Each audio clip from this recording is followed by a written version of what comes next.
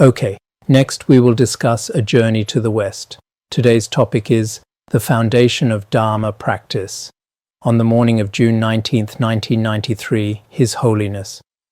We arrived on the 17th, then the 18th and 19th.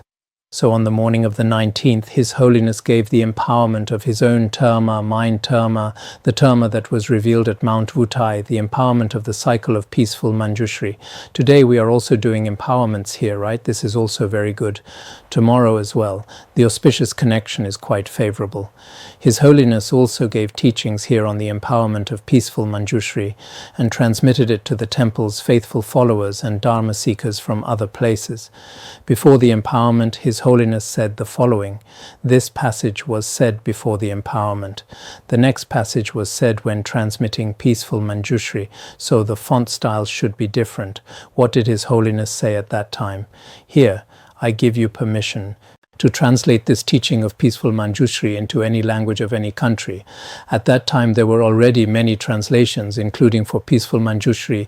There should now be a Nepali version, as well as English, German and several others. In the future, when we have the opportunity, it can be translated into Japanese and also Korean. We have quite a few people here who understand these languages, including Mongolian and languages of other countries, because this was His Holiness's aspiration and permission to spread this teaching in different languages. By every means, in every country across the world, it can be widely propagated. His Holiness's peaceful Manjushri, just like Karma Lingpa's Liberation Upon Hearing, the Tibetan Book of the Dead. Its relatively many are relatively, although it is the most profound Dzogchen teaching for many sentient beings in this degenerate age, the permission has been given quite broadly. So when His Holiness revealed it at Mount Wutai, later at that time he gave permission for us to translate it into Chinese. Previously we also taught peaceful Manjushri, and at that time we went through the commentary with everyone. In fact, spreading the Dharma is the duty-bound responsibility for every one of you. Take Khenpo Namdrol as an example. He not only teaches this Dharma extensively to many Tibetan people residing in India, indeed Khenpo Namdrol, after he returned in 1990, also transmitted it to many people there, including some people at Namdroling Monastery at that time, and also in Taiwan, Hong Kong and other places. He has accomplished vast activities of disseminating the Dharma and benefiting sentient beings. Khenpo Namdrol has tremendous faith in this Manjushri teaching. He has tremendous faith in it. His sadhana text, he recites it every single day continuously. He has great faith in peaceful Manjushri. Similarly, you must also possess such ability and propagate this practice on a large scale. At that time, His Holiness also gave this permission for the Manjushri teaching. The main training of Mahayana Buddhism is to cultivate the vast altruistic intention to help all sentient beings. So please do not think it is not your business. Nobody should neglect this sacred mission. His Holiness gave this permission to everyone. So this is also, I think, His Holiness's entrustment of this teaching for the future. I've also included this here. For instance, referring to me, I have also been continuously transmitting this teaching to many monastics and lay practitioners in mainland China. Before 1993, it should have been 1991, 1990, because the many Han Chinese here also gradually came from 1987 onwards. At that time, there weren't very many people, but still including in 1989, there were also some. Similarly, you should all remember to contribute your effort to spread this practice on various occasions. At that time, His Holiness gave such permission for peaceful Manjushri. After the empowerment was finished, His Holiness planned to use 2 days to teach placing Buddhahood within reach. This placing Buddhahood within reach, His Holiness used 2 days at that time. On the first day, from the beginning stanza all the way to generating bodhicitta, the content His Holiness taught was not recorded word for word here, but just excerpted apart to share with you, because His Holiness taught for 2 days. On the first day, from the beginning to generating bodhicitta, on the second day, all the way to the completion stage. The latter Dzogchen part was entirely oral transmission, so altogether, during His Holiness's time in the United States, he taught placing Buddhahood within reach 5 times. He taught placing Buddhahood within reach 5 times, because at that time, Westerners were especially at that time, His Holiness, after revealing this teaching at Mount Wutai, first went went to India in 1990. At that time, many great masters in India, including Dilgo Khyentse Rinpoche, Penor Rinpoche, and many other great masters, all received it. Once this news spread to the West, everyone said, sometimes His Holiness would say, "Let me transmit another teaching to you," but transmitting my own teaching every day won't work. Later, in their schedule arrangements, they insisted that His Holiness must teach his own Vajrakilaya and peaceful Manjushri. He absolutely had to teach them, so at each Dharma center they were basically indispensable. So at that time, among the 10 Dharma centers His Holiness visited, he taught at 5 of them, and at some others he gave oral transmission. Some of the oral transmissions I didn't record here. At that time, peaceful Manjushri, that is, placing Buddhahood within reach, could be said to have caused quite a sensation. In the West, it attracted tremendous attention. This time, His Holiness also taught from the beginning up to generating bodhicitta. Among the content His Holiness taught, not everything was excerpted. As for excerpting, I was afraid that what he taught at each place also had quite similar parts, afraid of repetition. So in the end, it should be, let me see, the first stop, second stop, third stop, fourth stop, the 5th stop. In Washington at the Pallial Center, His Holiness gave a complete teaching.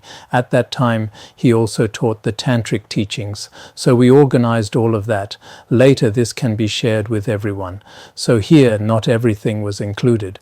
When sharing here after the empowerment was finished, when teaching this Dharma, His Holiness said the following. As mentioned earlier, when listening to this teaching, you should think, in order to place all sentient beings throughout the reach of space in Buddhahood, I will listen carefully to this exquisitely profound teaching and practice its meaning. First, cultivate bodhicitta in this way before listening. This is when listening to the teaching. Earlier was generating bodhicitta during empowerment. Here it's generating bodhicitta when listening to the Dharma. The teaching you are going to receive is peaceful Manjushri. Why is it called peaceful practice? Because it's not a wrathful practice. A wrathful practice would be the practice of Yamantaka. His Holiness also had the karma to reveal this at that time, but His Holiness didn't reveal it in this lifetime. So this is the peaceful practice, Dzogchen of peaceful practice. Peaceful Manjushri, placing Buddhahood within reach, these practice stages. If you want to actually follow this path, there are 2 kinds of instructions. First, the overall explanation of the stages of the path. Second, the specific pith instructions for actual practice.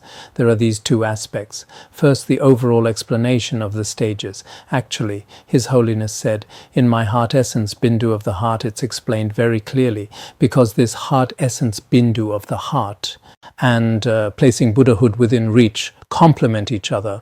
They form a complete, we could say, set. What's the current term? This is a kind of package set. What's it called? Anyway, these 2 complement each other. In terms of theory, heart essence bindu of the heart explains the stages of the path very clearly. As for pith instructions, they're explained clearly in placing Buddhahood within reach. So these 2 are indispensable. So this year, in the first half of the year, we used 2 class sessions to already teach everyone about the pith instructions for practice, which are proclaimed in the guidance manual Placing Buddhahood Within Reach.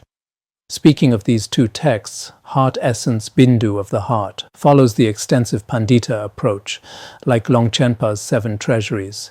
The guidance manual Placing Buddhahood Within Reach follows the profound Kusali approach, like the Nyingtik Yabzi. His Holiness's is the condensed version. The 7 treasuries are so extensive, while heart essence bindu of the heart has only about 30 verses. The Nyingtik Yabji are so extensive, while His Holiness's Placing Buddhahood Within Reach is also quite brief. So this should be 2 different approaches from Longchenpa's era. No matter which of these 2 you actually practice, both of them provide a complete and accurate path to perfect Buddhahood. If you practice just one of them individually, it's also completely sufficient for achieving Buddhahood. This time, His Holiness said, I'm going to focus on placing Buddhahood within reach, but before that, I would like to supplement it with some content from the heart essence bindu of the heart. I'll give you all an overview. So generally speaking, that teaching which His Holiness later taught in Washington and other places, he also mentioned throughout that the heart essence bindu of the heart is very important, because heart essence bindu of the heart, we've also studied it. It teaches in the beginning training, things like contentment and decreased desire, pure discipline, relying on a spiritual teacher, listening, contemplating, and practicing. These are indispensable preliminary teachings for practicing peaceful Manjushri. So in peaceful Manjushri, it doesn't teach contentment and decreased desire. It doesn't teach pure discipline, and it doesn't teach that everything is like a dream or illusion. It starts directly from the precious human life. So if we want to practice peaceful Manjushri, you must study heart essence bindu of the heart. So if you want to rely on His Holiness's pith instructions to attain Buddhahood, then heart essence bindu of the heart and peaceful Manjushri form a complete set. They complement each other. These two should be practiced diligently. First, let's discuss decreased desire and contentment from this text. Heart essence bindu of the heart has a verse at the beginning, a prerequisite for practicing pure Dharma that you must first possess is decreased desire and contentment, specifically toward others' abundant wealth, distinguished power and influence, reputation and fame, etc. If you can fundamentally eliminate the thought, if only I could acquire this much, how wonderful that would be, this state of mind, that is called having less desire. Contentment and decreased desire, having fewer desires. What is contentment? Contentment means whether your food and drink are good or whether your food and drink are not good, you always think, this is good enough, having this sense of satisfaction. At that time, for Westerners, we worried they wouldn't accept this, because Western culture sometimes completely contradicts our contentment and decreased desire, but apparently they were quite delighted when they heard it. Their usual way of thinking received a new impact. At that time, when they reflected on it, they seemed to find it quite reasonable. A content person will never insatiably engage in countless mundane projects seeking food and wealth. If a person has decreased desire and contentment, they will not cling to the glory, reputation, and achievements of this life. Otherwise, if you blindly hold on to this world, you will not have the opportunity to practice pure Dharma. What is the reason for this? No matter how much pleasurable enjoyment you experience, it only increases your desire and will never satisfy you. For instance, when somebody gets a pound of gold, he would want 2 pounds. When one becomes the owner of a region, he would wish to own 2. When a person is elected as the leader of one country, he would want to be the sovereign of 2 countries, just like Putin. The pit of desire can never be filled. Therefore, we must learn to decrease desire, to have less desire. No matter how much energy you spend on worldly pursuit, there will never be an end to it in this lifetime. Throughout their life, people pursue happiness, wealth, and fame. They put in limitless effort every day, but often the reward is insignificant. In the end, their life reaches its end. So we should give up all kinds of worldly engagements, large and small, and get involved only in accomplishing everlasting peace and happiness. When His Holiness was teaching, compared to when we're usually at the academy, including when we previously taught always present and always remembering, in those teachings, perhaps the academy's discipline was emphasized more. But in these teachings, it truly comes from reasoning, like having a heart-to-heart conversation with us, explaining these principles in a very relaxed manner. Think about happiness, wealth, or fame in this world. They're no different from doing business in a dream. Sometimes you might profit and be very happy. Sometimes you lose and feel especially depressed. But this is just a dream. You've never actually done any business at all. How then can there be profit or loss, gain or loss? Similarly, in this very life, that was an analogy about dreams. Similarly, in this very life, happiness, possessions, and reputation are not truly existent and are no different from a dream. Everyone here can think about your own life from birth till now. Some of you have had an incredibly happy life in the first half, while some have experienced various difficulties and hardships. Some may have had suffering and happiness intertwined and alternating. But in fact, all of this is no different from last night's dream. Today, all of this, besides only remaining as your own memories, you will never experience any of those pleasures and pains again. From the perspective of the past, it's just like a dream. Heart Essence Bindu of the Heart says, like doing business in a dream, cast aside everything that is unnecessary. That's what it means. Some people may still think, the past is over, but isn't the suffering and happiness now truly existent? But actually, this is also no different from tonight's dream. It's the same as the scenes in dreams. Whether in your dream you enjoy happiness and feel joyful, or are distressed by misfortune and sad, when you wake up the next morning, nothing really happened.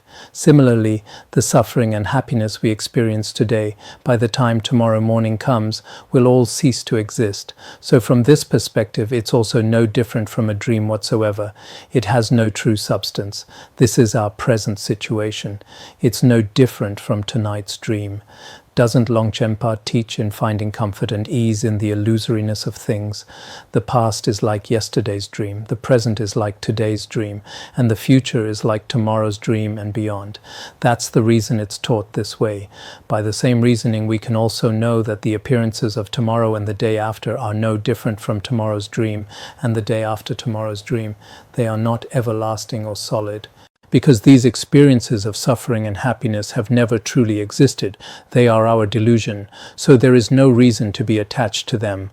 Whoever you are, once you decide to practice genuine Dharma, you need to have less desire and be content. Why do they need to have less desire and be content? It's this: as long as I don't feel cold or hungry, all is good, having such a mindset. Otherwise, if you spend lots of energy on worldly things, you will never be able to practice pure Dharma. At that time, many Westerners' practice was probably quite poor. They spent most of their time on fame and profit. Wasn't it the case that at the beginning in Hawaii, each of you had so many things to do? But it's best now to let everything go and come listen to His Holiness's teachings for these 2 days. His Holiness won't be staying long. This is a very rare opportunity for everyone. Didn't the host tell them that at the time? So Westerners really also can't let go. Just like people in big cities nowadays, it's the same.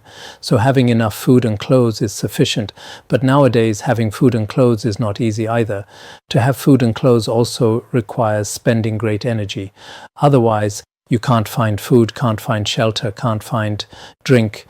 Perhaps we in the mountain valleys don't know, but everyone has a little living expense, a little something. The requirements aren't very high and expenses aren't very much. For people in cities, truly having food and clothes is really not easy nowadays.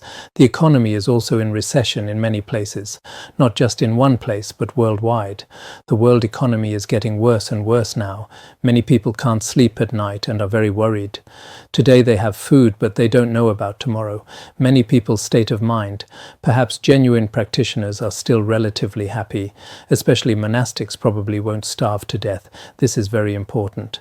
But His Holiness said, as long as you have enough food and clothes, that's good enough. Actually, in the West at that time, many of them also had quite difficult circumstances. Every day they lived very tiredly, especially tired. In fact, even if we become the king of the world, besides food, clothing, transportation, and living environment, we would never be able to enjoy everything we possess. Therefore, too much wealth and enjoyment, fame and reputation, glory and riches will not do you any good. In terms of spiritual practice, the best case is to focus only on the practice of Dharma and never get involved in worldly and trivial things. Such a person is considered a supreme practitioner. If you truly want to practice, it's best to let go of worldly trivialities. This is a supreme practitioner. His Holiness taught about 4 kinds of practitioners here. If you cannot totally give up worldly pursuit and you practice the Dharma but also seek the glory and wealth of this life, if these two go together, you can only be counted as a middling practitioner. If you eagerly chase after the peace and wealth of this life but have some interest in the Dharma, you are an inferior practitioner. If you only desire the peace and wealth of this life but have no wish to practice the Dharma at all, then you will never become a practitioner or be able to join the ranks of us Buddhists. Having no interest in the Dharma whatsoever, here he taught about 4 kinds of practitioners. According to the teachings of the heart essence Bindu of the heart, to not cling to this life at all, to be completely without attachment, may be a bit difficult. Many of us are probably middling practitioners, unable to let go of this life, yet also unable to let go of practice. This is still acceptable. Or unable to let go of this life, but also having some joy in the Dharma. Some people in the cities are also like this. So we're not saying here that some people say, if you do mundane things, That's wrong. You must let everything go and ordain with me right now. Come, give me all your affairs, hand over your phone to me, give me your bank card, give me everything. Go ordain, go get your head shaved. It's not that simple. So everyone should examine your own mind stream. If you were not a practitioner at all in the past, then from now on, strive to become an inferior practitioner at least. If you were an inferior practitioner, you should do everything possible, by every means, to reach the level of a middling practitioner. If you were a middling practitioner, then see if you can become a supreme practitioner who has no desire in this life at all. His Holiness's requirement is for them to gradually improve step by step. This requirement we can all accept because everyone's capacity is different. That was about decreased desire and contentment, the principles from the heart essence, bindu of the heart, elaborated up to here. Next, let's discuss relying on a teacher. For anyone who genuinely wants to follow the spiritual path, initially it is critical to have little desire and be content. This is extremely important. With those qualities as the basis, you need to rely on a qualified teacher. Why? What's the reason? Because in your mind stream, you need to get rid of all your faults that go against the Dharma and cultivate every potential quality that you do not have. Without a teacher, this is very difficult. What are the criteria for a qualified teacher whom you can rely on? In Buddhist terminology, this is called the teacher possessing the proper characteristics. You should follow a teacher who meets the required qualifications and has abundant merit and virtue. A teacher has many qualities, but at the very least the following three must be present. That is to say, they must possess loving kindness, the wish for all sentient beings to have peace and happiness, and compassion, the wish for all sentient beings to be free from suffering. The teacher must possess loving kindness and compassion, that is, with loving kindness and compassion as the foundation, and also be able to explain the meaning of the Dharma. This is wisdom. Here, His Holiness, for Westerners, the requirements are not very high, not like in Vajrayana where we teach the 9 characteristics of a teacher, just that the teacher has loving kindness and compassion and can explain Buddhist teachings. He didn't say pure discipline, nor did he say mastery of the 5 great treatises. This perhaps for some teachers in big cities in the future. This is perhaps His Holiness's minimum criteria for a teacher. This is called a teacher with proper characteristics. We should rely on such a teacher. This is probably easier to manage. Then what are the ways for a disciple to rely on a teacher? The supreme way is to practice the Dharma received from the teacher. The middling way is to wholeheartedly attend to the teacher, so he or she is pleased to the best of one's ability. The inferior way is to make material offerings to the teacher to please him or her and to repay his or her kindness with one's own wealth. These are the 3 ways of pleasing the teacher. Following that, you need to receive teachings from the teacher. The best teachings are the sutras directly taught by the Buddha or the shastras composed by the 2 supreme ones, the 6 ornaments, and other great masters born in India that interpret the intended meaning of the sutras. Now in Tibetan, the works of the 2 supreme ones and 6 ornaments are all collected in a series. The 2 supreme ones and 6 ornaments, how many volumes are there? The other day I had a set. As well as the 8 lineages of attainment in the land of snows, our Nyingma, Gelug, Kagyu, Sakya, Jonang, and a few other smaller branches, altogether 8 practice lineages. These treatises, composed by these scholars and accomplished masters, all need to be sought from the teacher. Of course, receiving teachings cannot just be listening before the Dharma throne and then putting it aside. You must memorize all the words and their meaning by heart. If you are truly unable to grasp all the teachings, you should at least master the one that you are going to practice. Take this teaching of peaceful Manjushri, this profound Dharma, as an example. After listening to the explanation of the entire text from the teacher, you must remove any doubt or confusion about the words and their meaning. Otherwise, merely reading the words and speculating about its teachings, you will never fundamentally understand the meaning of this Dharma. This is especially the case for Vajrayana practices. Even if you know the words inside out, the words, the pith instructions, and the many secret meanings are not explicitly explained in the texts. Therefore, you must listen to the complete teaching from a qualified teacher. In general, due to different elements, capacities, inclinations, intentions, and afflictive emotions of the recipients, different ways to teach the Dharma have to be adopted. They cannot be uniform. Otherwise, prescribing the same medicine to all patients, not only would most people's illnesses not be cured, but it would certainly be harmful, prescribing the same medicine to everyone.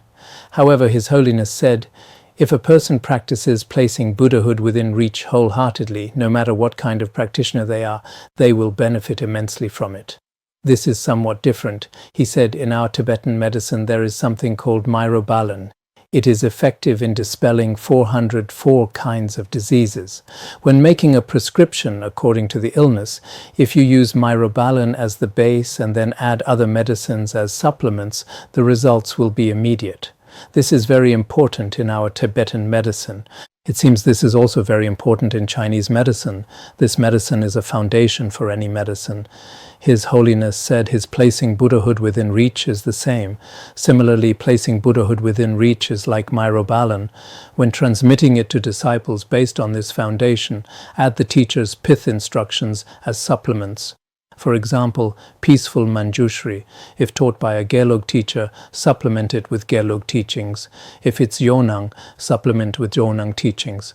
Or within our Nyingma tradition, whether Dzogchen lineage, Kathok lineage, Paleo lineage, or Namcho lineage, there are many lineages. For these people, supplement according to their teachers' lineage traditions, just like with the Myrobalan base we mentioned.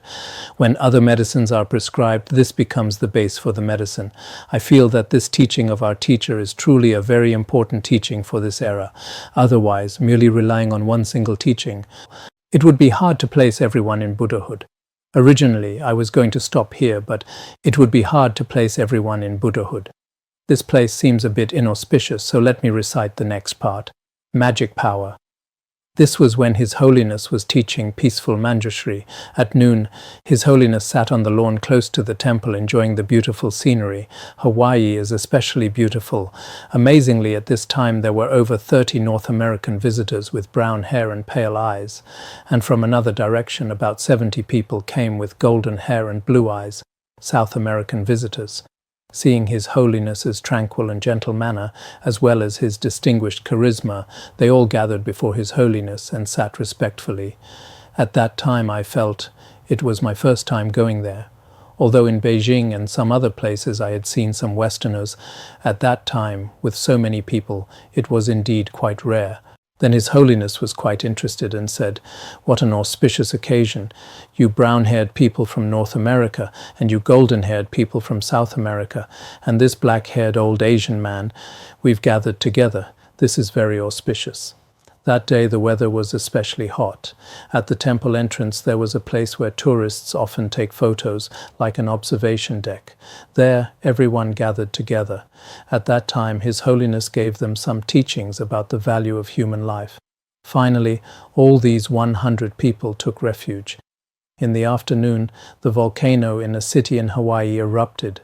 Some local people were very afraid and didn't know what to do. They went to where His Holiness was staying to request his blessings.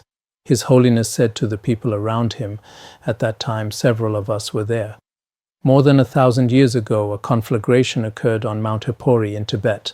At that time, Guru Rinpoche's most capable disciple, His Holiness's past life named Nanam Dorje Dujom, the indestructible subduer of Mara, extinguished that fire through his clairvoyance. Now perhaps I have the ability of Dorje Dujom, or perhaps I only have a hollow name, but in any case, relying on this name, perhaps I can extinguish this fire here." Then His Holiness took out his phurba, the phurba that His Holiness wore at his waist always. Sometimes when going through customs, when boarding planes, he would take it out. It was a bit, this phurba His Holiness always kept throughout his life. It's said to be a terma from the treasure revealer Lerab Lingpa.